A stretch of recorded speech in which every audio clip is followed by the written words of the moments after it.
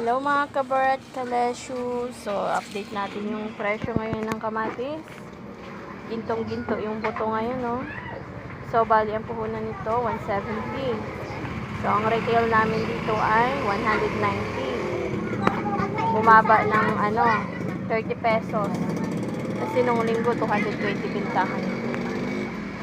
So, ayan. Ganito kamahal ngayon ang kamatis after ng bagyong Christine. Saka kasunod ng Leon na bagyo. Ayan, gintong-ginto ang buto. Retail price namin 190. So good ito. Medyo mura ng konti yung isang klase kasi madumis yun, tsaka masyadong maliliit. Ito malalaki ito siya. Tsaka ang daming hilaw nun. Pero ito, ayan, medyo hinog na.